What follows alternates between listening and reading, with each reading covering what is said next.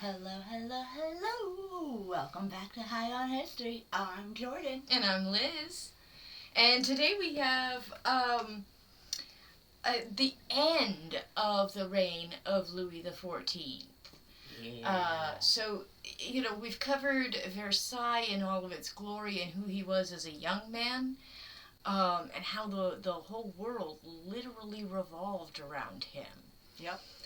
And then some very significant things happened, and he fundamentally changed as a person, and as a result, all of Versailles changed, and also a lot of terrible things were happening in the world and in his world.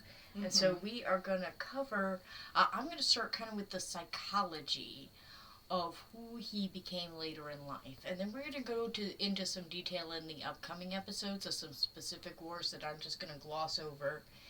And then Jordan is covering, I have been waiting for this episode. In fact, I haven't looked into this at all because I really wanted to be surprised by this.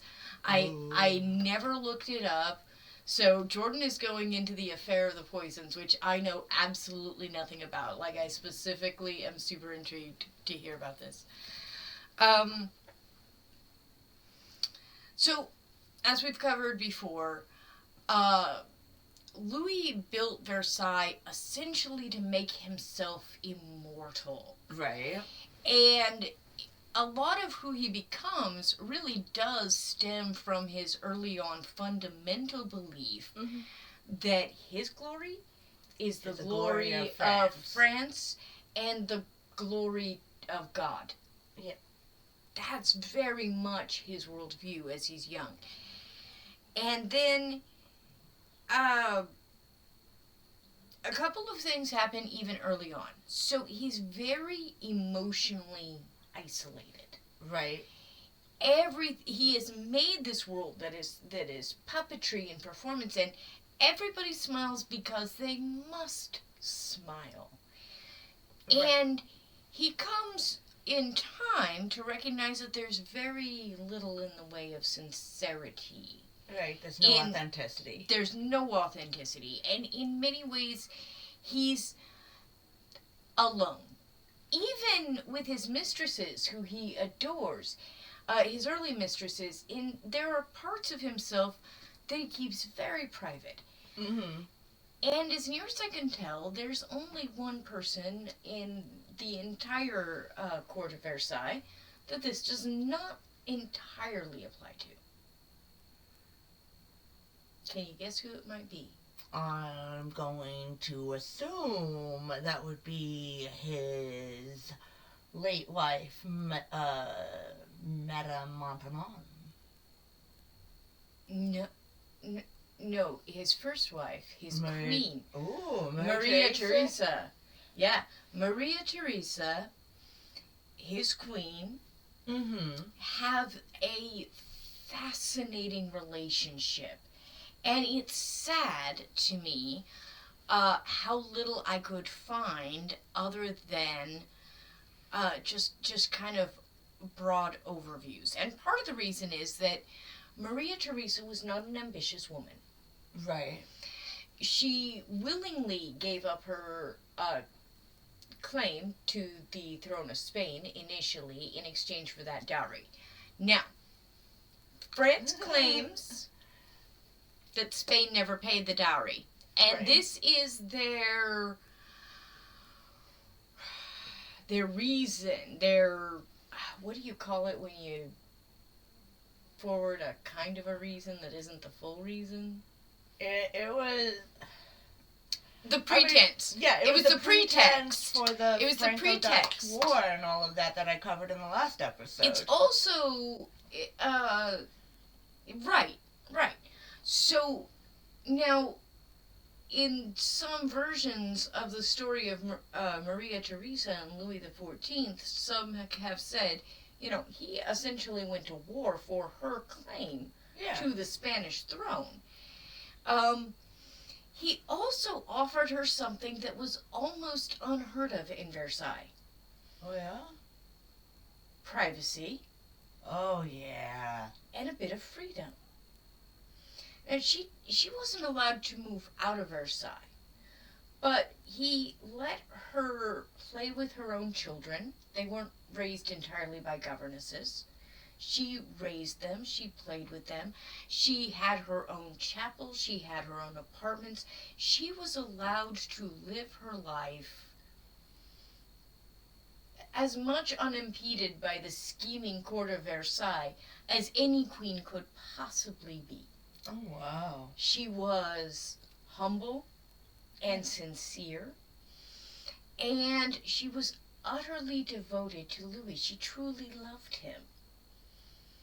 And he was surprisingly also devoted to her. Now, he had his mistresses, his infatuations, and his loves. Right. She was not as into sex as he was, and she, admitted that. She was frank about this. Yeah. He was super into having all sorts of lovely randy adventures. I mean, we've talked about all of those lovely affairs and children. She could not keep up. Right. And so she was fine, actually, with him off gallivanting and womanizing. No problem with it. Right. And they respected each other. And they conversed. And I wouldn't say that she in any way ran France, but they had meaningful conversations. They were companions and they were lifelong friends.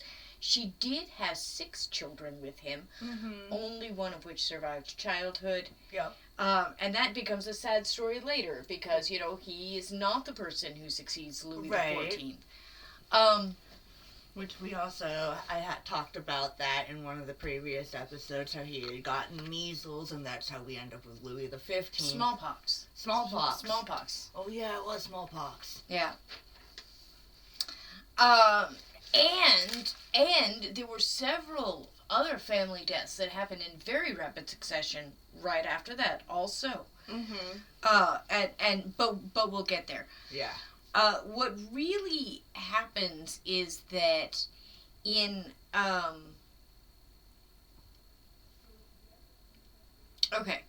so after 23 years of marriage, Queen Maria Theresa passes away at the age of 44 on July 30th, 1683. Oh, wow. Specifically, she passed away from an abscess in her arm. I'm assuming it poisoned her blood. Probably. Staph. And then something very interesting happens. Yeah. Louis weeps. Yeah? In view of other people. What? He actually cries? That's documented? Yes. In fact, even his critics at the time made note that he wept real and sincere tears. Wow. He was legitimately devastated, and I think this very much explains everything that happens next. I mean... he becomes a completely changed man after 1683. Yeah. Yeah. For one thing, he begins to rely heavily on the counsel of a Jesuit priest, who I hope... Oh, wait. I did want to get to this. I did want to get to her funeral. Yeah. I had tried to look up what gifts he gave her, because all of the documentaries we watched made note that he gave her many gifts she wanted for nothing. He lavished her with love and attention, right. But I could not find out the nature of those gifts, and there was a weird reason for that. He simply wrote them all off as state expenses. They weren't itemized. Spoils to the queen, state expenses. State expenses. They were all just sort of written off, so there isn't good record of what he gave her. There is a record of a pearl, I want to call it the Pearl of Peregrine, and it came from the Spanish monarchy that she was born into, and became part of the French crown jewels. It was part of the dowry that was otherwise possibly not paid in full. Never received. We don't, We don't actually know. we don't know. It's not, because Spain was bankrupt. I mean, Spain was pretty legitimately bankrupt at the time. Yeah. They didn't really have the money to pay for that dowry, but it's also possible that they paid it and it was hunted. Yeah, good point. Anyway, moving on. One of history's continued and great mysteries. Right. But I do want to get to this funeral. So, yeah. I wanted to find out, were the funeral arrangements lavish? Like how was that funeral handled? Because I felt like it would reveal something right about what was going on. So the bells in Versailles tolled for hours. Her funeral procession was very long. It was solemn. People wrote specific songs called motets. Motets are songs that are written for royal funeraries. And essentially they're written for the person who died. And so she had a long procession of motets. It was a massive funeral. A funeral fit for a queen. A funeral fit for a queen. Interestingly enough, it didn't come with any of Louis's normal golden bombastic sort of style. It was a very solemn procession. It was extremely tasteful. I mean, that sounds very much like Louis' style, though. He honored her in death as she was in life, in absolution. And because of their relationship and because of who he is, to have that many people writing songs on her death, and the way you describe the procession, I assume, with the bells tolls ringing for hours, that would mean that he is absolutely doing it in his grandiose, so beautiful, showy way. Yes, but in such a But it was way. understated. It was very much in her style. Like, he knew what he was doing, even to there. respect her and keep it solemn. And I feel like it was born entirely of grief and love. Yeah. And so I think you can see that her death has this impact because really Versailles never comes to life again. Right.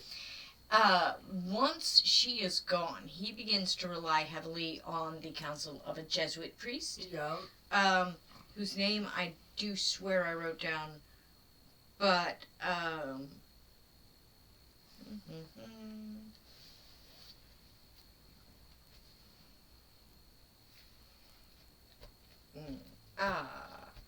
Father de la Chaise. Oh. Yes. So Father de la Chaise is a Jesuit priest, and he comes into the picture, and Louis begins really to feel at this point in his life that perhaps his zest for trying to reach for glory has become too much, and perhaps God is upset with him. I mean... And so he basically begins confessing to this Jesuit priest, and also it is at this time that he notices the governess of his illegitimate children, Madame Maintenon. And she is not ambitious. And this, I think, is interesting because he's really looking for someone who is in spirit as Maria Theresa was. So not ambitious, not lusting for power. Someone who will talk to him as he is, who treats him like a person and not a king. And Madame Maintenon, by all accounts, does exactly this. Yeah. She sees that underneath, and Father Lachaise sees this too, that underneath all the glitz and glamour, Louis has begun to feel an amazing amount of guilt. Yeah. He's now overcompensating. He becomes aware his people are starving. There's a famine. I don't know if I remembered to write down the years of the famine. I want to say it's like 1688 to. Oh, shoot. I did not. I'll bet they're in my notes in my phone, but I forgot to write down the dates. Oops. But there's a famine around 1688. I know that's. Let's see here. 60. Oh, yeah. Okay, yep, it is 1688. Okay, I do need to cover what happens in 1685. So, just 2 years after Maria Theresa has died. Mm-hmm. And Madame Maintenon is in the picture. Yep. Louis has turned so deeply to his Catholic faith. Yeah. That he's begun to believe that he has sinned against God and God is punishing him. And he revokes the edicts of Nantes, which is one of his edicts. Right. And it had allowed a certain freedom of religion for Protestants. Yeah. In France. It was a big deal. It was a big deal. He revokes it and starts expelling all the Huguenots out of France. And he gets more deeply Catholic. He basically very much makes France now zealously, passionately Catholic. But it's kind of a dark Catholicism. This isn't Rome of the Vanities in the 1400s. You know, this is a very this is a purge of the Huguenots out of it's France. Also it's also a Catholicism that really believes that God is punishing them, and they can look all around and see that God is punishing them. He has sent so many soldiers to war that entire villages have lost their working sons to work the farms, and so famines are ensuing. And in 1688, there is a famine that is basically caused from having run out of men to work the farms. Wow. So the wars are costing him in ways he didn't see. Right. And he says at some point in his life, actually he says several times towards the very end of his life, I have been much too fond of war. Yeah. He really begins to understand that his expansionist glory of the French Empire attitude of his early years and his early victories were a hubris. Yeah. But now he's stuck, and there are, he is a massive nation. At this point, he is massive. And even as he loses wars later in his life, which does cost him fairly significant amounts of territory, not as much as will be lost later. Right. But it does. It costs him. He has to make concessions. It really feels to him, and this is important to his psychology, he is very Catholic, so to him, he feels like God is ticked at me. Yeah. I have failed to bring glory to his name. And, Versailles becomes, essentially a chapel. It's a very different place. The theater stops, the music stops. Yeah. I've seen lots of tellings of this that really sort of blame it on Madame Maintenon, but I would suggest that after Maria Theresa died, Louis searched for what felt authentic and meaningful and real to him, and for him, he found that in a woman who was as humble as Maria Theresa was. Mm-hmm. And she was a devoted woman to Catholicism, too. She was, and he also found comfort in that Catholicism. And that follows him all the way to his grave. Yeah. So, he did, as he knew he was dying, he brings Louis XV, who is just a very small child at the time. No more than like 6 or 7 at this point. I think he was even a little younger. I barely older than a toddler, so like 4, 5, 6. Well, he was 2 when his entire family was wiped out by the measles. The by smallpox. Yeah. Yeah. Yeah. Okay, and just for the succession here. So, Louis has one son, the Dauphin, who survives into adulthood. However, he dies of smallpox. And right after he dies of smallpox, his son and his son's wife and their two small boys also die. And that leaves only one great grandson, the future Louis XV. So when he's 4 or 5, he's brought to the court of Versailles. Louis XIV pins all his hopes on this little kid. This kid is he his becomes only the Sun King, pretty much. Well, he's supposed to. Yep. But now Louis is a different person. Yeah. And he no longer has this hubris. He sees himself as human. Gangrene is eating through his body. He's been through numerous painful surgeries. And he gets up every day. This is something that is remarkable about him as a person. He would have surgery one day and make sure that he was in the council chambers the next morning. Like, he did not miss meetings. He was a working king. There it's was weird. one surgery he had for his fistula. Yeah. That he literally within 4 hours of having the surgery, he was riding a horse. They say.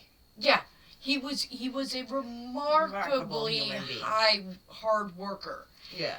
And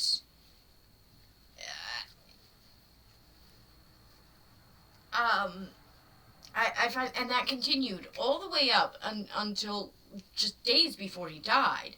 He would be brought out to the window of his balcony so he could see and address his people. It's very important to him that they knew that he was there keeping things good. Right. To the very end. But he does bring Louis into court, Louis XV. And I wrote down some of these things that he said. He not only said, "I have loved war too much," which I believe he actually admitted sort of as a confession to his nobles. He told Louis XV specifically, "Try to ease the burdens of your people, which I have not done enough." He really began to understand the suffering of his people. There was a winter, the winter of 1709, was so cold that the people were eating bark and grass. I mean, the famine, the amount of starvation in France, because these wars that he fought broke France. They bled France dry. If we want to know how we get to the revolution, know that Louis XV broke France. Versailles, all that glorious stuff he did. Louis XIV broke France. Louis XIV broke France. Yeah. His hubris. And he was, in fact, penitent and knew that by the end of his life. He was mournful about it. Horrendously. Yeah, he was horrendously aware of this by the end of his life. Yeah. He could have been no one but who he became. He could have done no different than what he did in so many ways. Right. He tried to rule wisely and well, and, you know, insofar as he put competent people in office instead of nobles, right. Insofar as he kept rebellion from devastating his reign and his people, you know, he did some remarkable things. But he just loved war a little too much. And his own glory. He did have that mistaken idea. And it's weird because even in the end, he still believed that God was punishing France to punish him. Yeah. He never lets go of the idea, not fully, that he is God's chosen representative of the French people on earth, and that he has failed God, and God is punishing him by punishing his people. Right. Which, you know, is still a fair amount of unexamined hubris, but he feels deep mourning guilt for this by the end, and then the gangrene gets him, and he died on September 1st, 1715. And so that is the end of my segment. Woo!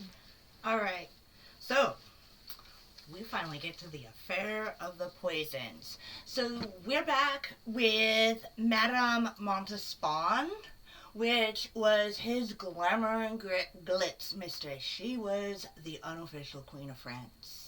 Yeah, she's the second mistress, right? The Yes. second official mistress, yes? Yes, technically. Yes. Technically. She had way more power, if I've got She this was right. the one who, if you go back 2 episodes, I believe it is, where I'm talking about her at the end of my segment, where she's got the five bedrooms right next to Louis. She's his gatekeeper. Everybody's finding themselves in her private chambers, hanging out with her. She's part of the reason why they ended up going to war for the Franco-Dutch War and the Anglo-Dutch War and everything I talked about last episode. Now, was because that she manipulated all of the governors and people. Right, now, and she was Catholic, right? Yes. Yes. Yes. So now we're here with the affair of the poisons. Now, how is Madame Montespan connected to this event? Well, first and foremost, the affair of the poisons was an exposition.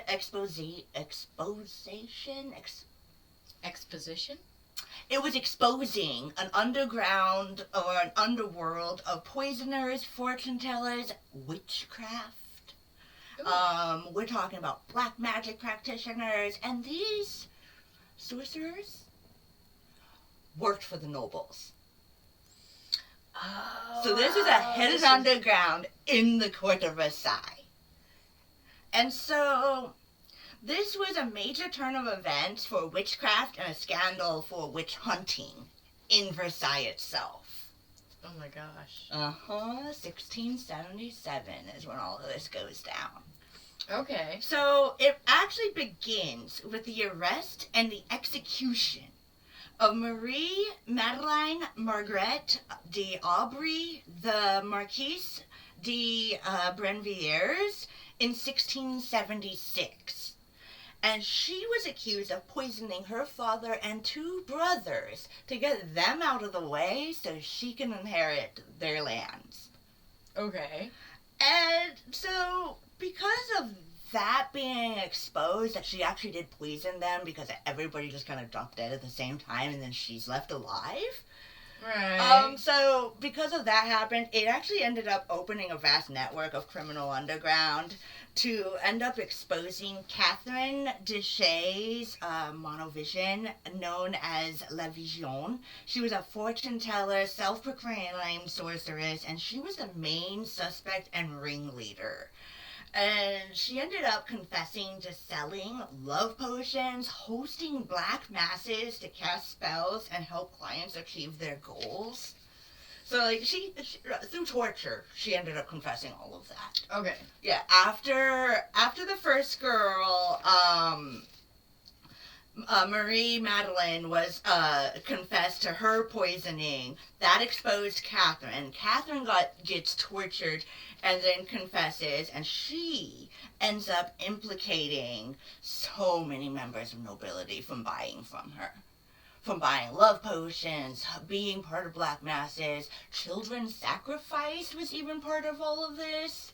Like, oh god, it gets... But they're all confessing under torture. Of course. But, I mean, it's a good tale. This should have almost been the Halloween special as well.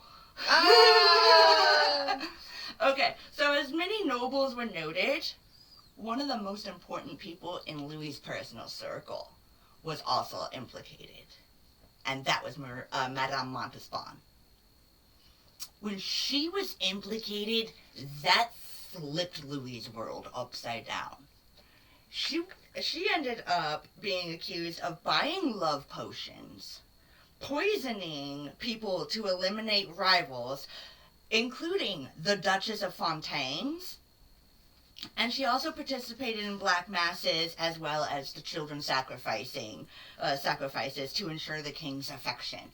Which, I mean, okay, let's take a step back from like the facts of all of this for just a second and like imagine like her absolute power. The totally like if you're scared of witches and living back then, that would make so much sense. How this woman all of a sudden just snatches all this power. Of course she's practicing black magic. So there is no doubt Yeah. that women have been the scapegoats for all sorts of political intrigues. Moving the right women out of other people's way is a lifelong passion, and among the Europeans, accusing women of witchcraft, torturing them to get them to confess to even more witchcraft was just like such a done thing. So regular. So because Montespan was implicated, this threatened so much scandal for the monarchy. It would tarnish the reputation of Montespan. It also would cause Louis to halt all public trials regarding this at that point. Because heaven forbid Miss Montespan has to go on trial. Oh, so the king is just like, all right, we are done with this nonsense. And it was all dealt in secret at that point. So Montespan was never officially prosecuted, but she fell from favor. And now if you guys end up going back to watch the last 2 episodes, or 2 episodes ago, where I talked about how he, like, told her she's gone, he took over her estates. And that's when she totally fell from favor. But it caused a permanent rift in the relationship, and eventually she would be exiled from court in 1691. She ended up staying in court after the affair of the poisons to kind of be like, hey, I still am with you. Yeah. Because I'm with you. We're going to pretend none of this happened and you were not implicated, and I trust you. That's pretty much the only reason why she was allowed to stay at court, is Louis was saving face. And she ended up getting to stay because also he loved their children. She was a good mom. Like, so also because of the children. And he knew that this was all nonsense. And also, I actually do think I do believe he believed it because of the way he reacted and clutched to Catholicism and went so inward. I do believe he actually believed it. Because when she died, he refused to allow the children to wear black. He didn't honor her funeral. He didn't attend. Oh, so he did believe it. Oh, abso-fucking-lutely. And the now, only it is possible that at least part of this is true, because it's quite likely that she did, in fact, have people poisoned. Is that not true? I absolutely believe that. There was a lot of random mysterious deaths. She had her hands in a lot of government affairs as well. So, like, yeah, I would absolutely believe that she poisoned or hired people to poison people. I mean, even if the witchcraft charge, which is always the nonsense that it is, doesn't hold any water, which Louis was a devout Catholic even before the switch. He himself was a practicing, thoughtful Catholic in his own way, and witchcraft's a sin. And witchcraft's a sin. It's certainly not a sin. Like, somehow he forgave himself all of his affairs and debauchery in the beginning. I forgot to mention. Oh, well, I guess we'll get there. But, like, he married Maintenon. He did not have an affair with her. No, no. Spoilers on that one, though. Oh, okay. But, yeah. So, part of the reason why, other than, like, okay, why she got banished, she had a volatile temper. She started losing her banana. She went off her rocker. She started becoming desperate. She tried to maintain she got angry and jealous over his switching of affection toward Lady Maintenon because of his personal spiritual awakening. So that's what made him end up banishing her. He had his come to God moment. He started being interested in his governess. She was losing her gourd because, I mean, I wouldn't trust her either if she's poisoning people around me and then just got implemented as a witch. Like, right. putting Right. myself in that time period. Even if he didn't believe it, he couldn't be seen truly supporting it. Yeah. Being that close to it. I do kind of like that he did let her stay at court. It's possible she would have been in danger if he'd expelled her. At least in that first 10 years, I absolutely agree with you. She would have totally been in danger. Yeah. So eventually, in 1691, she did get to retire to a convent, Fields de Saint Joseph Convent, and that was where she was collecting, taking waters on her death. She was taking in like the famous waters of healing. They were supposed to be some sort of like thermal aromatherapy or like mineral bath. She had some unspecific heart condition that ended up causing her death, which is why she was at these like this convent hot spring. Man, I want to retire where she died at. Like, this place got like thermal hot springs. This was a cushy convent. She ended up dying on May 27th in 1707, so just a few years before Louis himself passed away. She was 66 years old when she passed. And I did mention that Louis had banned their children from wearing the colors of mourning.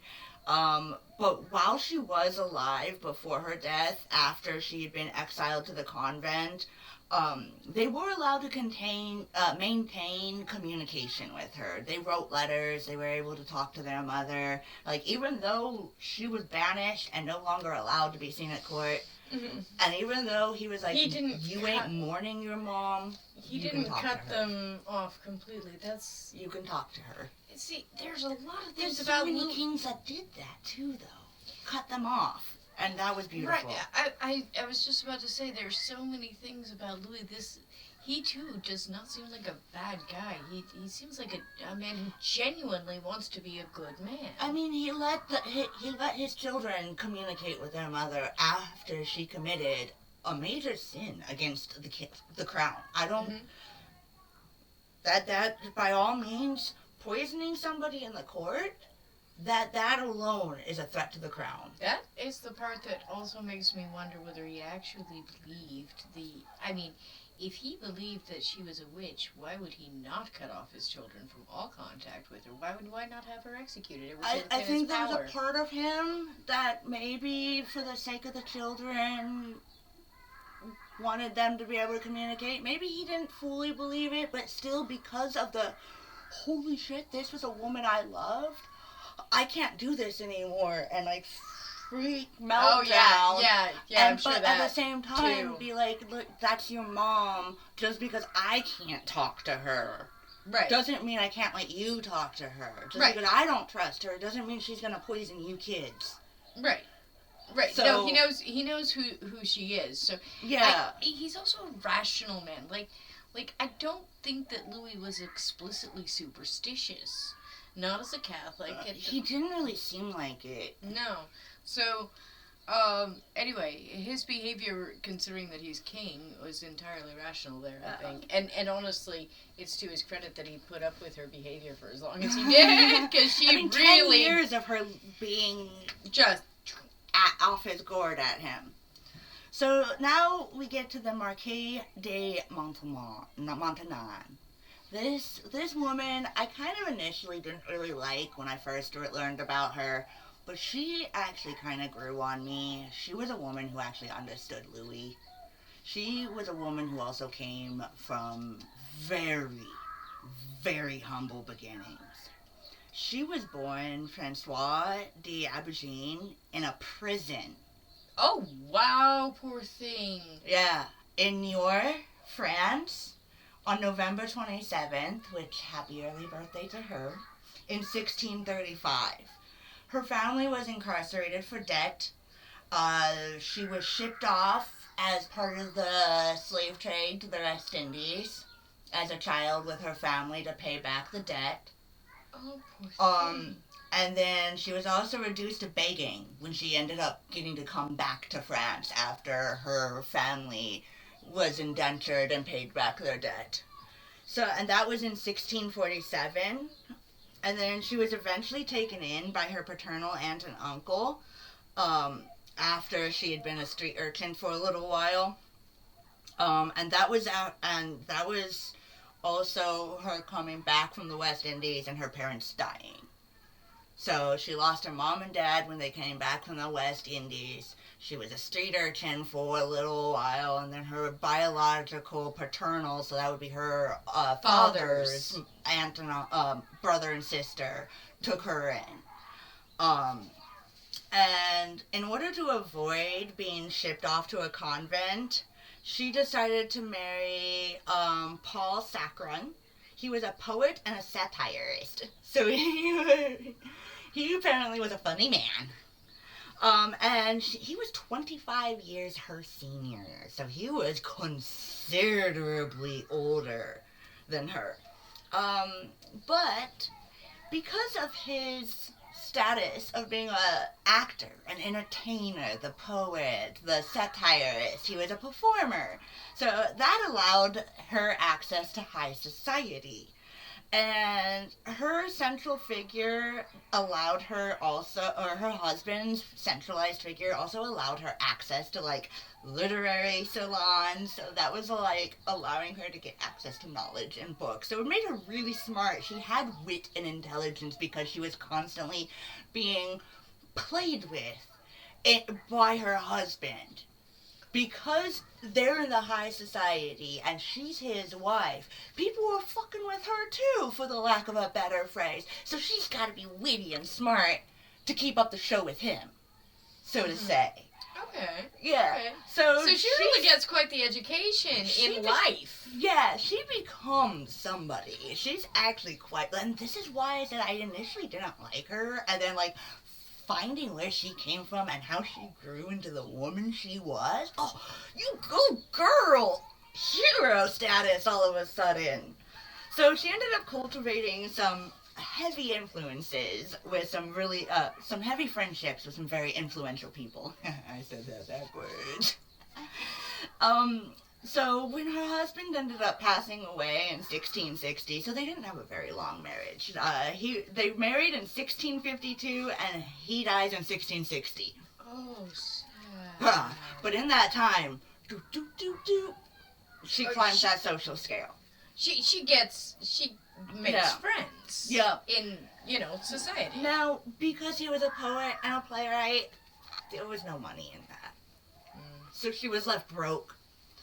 House was taken from her because obviously she can't pay to upkeep it. And she becomes pretty much a couch surfer. She lives off the charity of friends.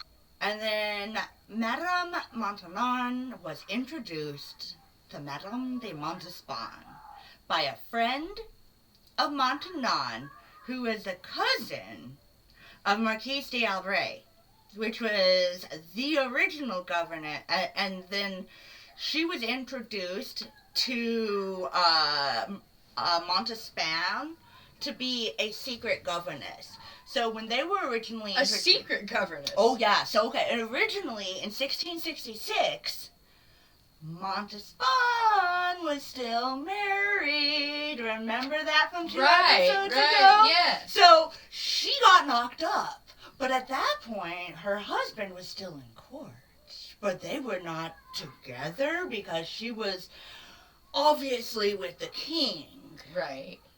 But when she got knocked up, she had to go off fighting, so they hired Maintenon to be the secret governess. Dun, dun, dun. Yeah.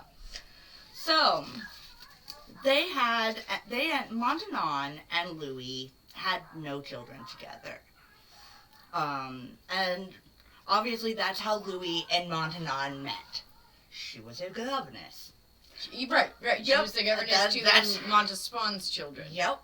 So her predecessor's children, which is kind of funny because That's kind of a common thing I've noticed with a lot of kings and like a lot of things that I've looked into about royalty is they go for their governess. They always go for the babysitter. Interesting. Yeah, that is not just a joke. That is literally a historical like stereotype. Oh wow, interesting. It's a trope. Yeah, it's a trope. There we go. So, between Montanon and Louis, there was a lot of companionship, spiritual guidance. It was not a public relationship either because of her low status. Right. I mean, there was no title, there was no ability, there was nothing to her. She was born in a prison. How dare the king fall in love with that? Lack of a better word, trash. That woman had no status. Except that, of course, he gives her a piece of land, making her Marquise. Marquise de Montanon.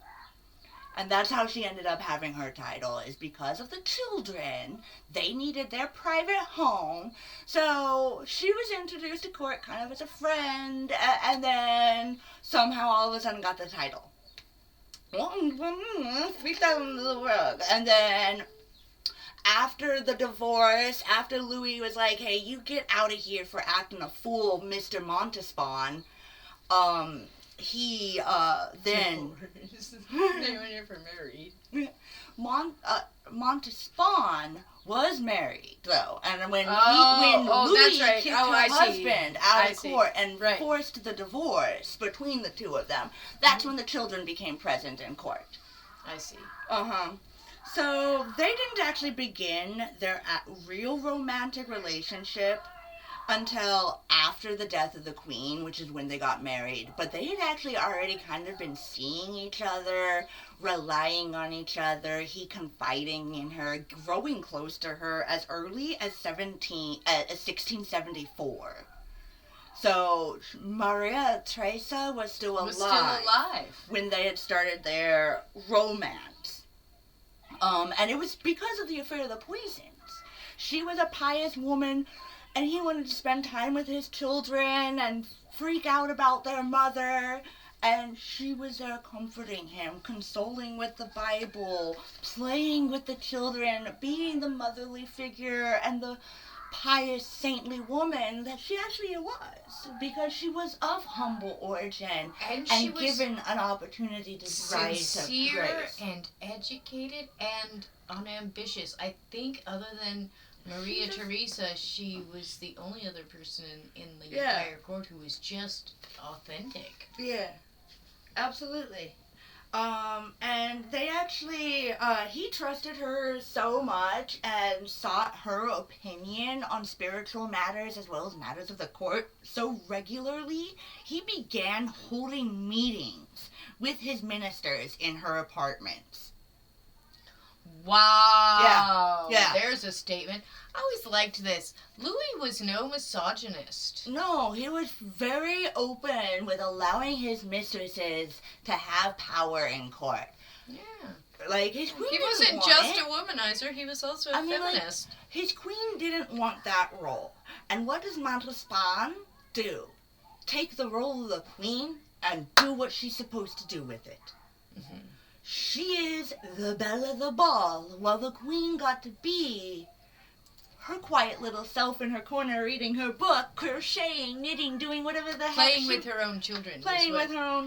For what time she had them. She also was deeply in mourning much of the time. She lost most of her children. One son. After the other. I mean, so... Well, one son lived out of 6. Yeah. So, I mean, the queen, So it makes sense why he had her playing the role of the queen, so to say, by holding the meetings in the court, showing that she's moving up in his eyes. Right. Now, she herself encouraged Louis to be more pious. She encouraged him to sober up, be more virtuous in later life, and... on October 9th... You switched from Montespan to Montanon. Yep, I'm back to Montanon. Sorry. Yeah. Okay. So, I don't remember where I was going with Montespan. I think I was done with that thought. Yes. Okay, back to Montanon. So Montanon had encouraged him to be more pious. She encouraged him to sober up, and that's where we get the psychology that we were talking about earlier, the more darker Catholic side of Louis. Yeah. He really begins to try to atone for his sin. He begins to be penitent in a legitimate way. And Montanon, and to a lesser degree, Father de la Chaise, have a huge impact on that. Absolutely.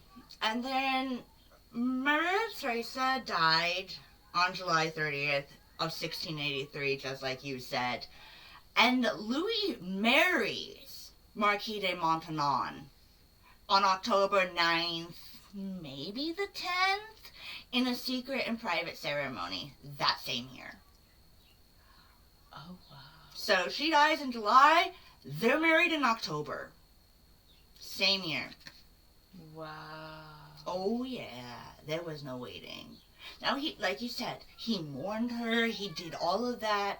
She married him, they got married. Actually, no, this makes sense. Like, okay, so there might be some people out there whose initial reaction to that is like, oh, wow, oh my god, that is, like, harsh.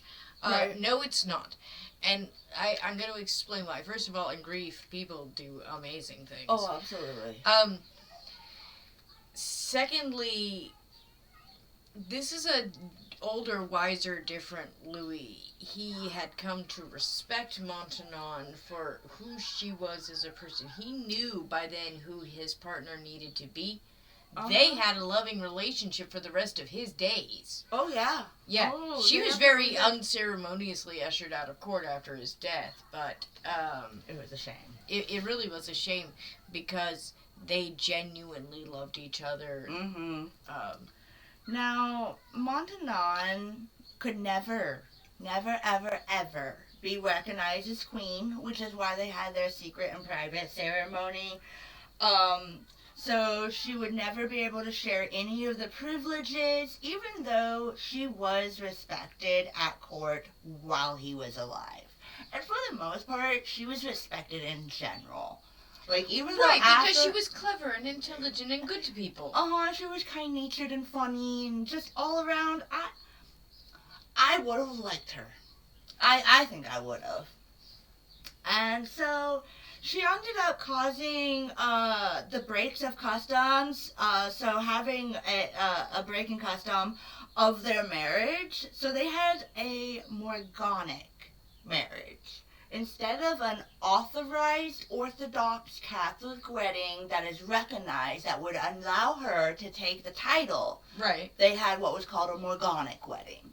That's a nighttime wedding. Yep, basically. It is technically illegal but not recognized. Personal, spiritual love bonding is pretty much how it's described. Yeah. We got a priest to do something he ain't supposed to do because he knows this is a good time to do it. Yeah. Yep, pretty much. Those are the best. Yeah. So now she did end up surviving Louis and got to retire to Mansion Royal de Saint Louis. That was a school that she founded to educate impoverished young women within nobility. Yeah, it was in my notes and I skimmed over that she started a woman's school. Yeah, she founded that in 1686. So just a few years after their marriage, so that was something he allowed her to do, to just kind of have a hobby, and I think that's fantastic. She's a governess at her whole life at that point.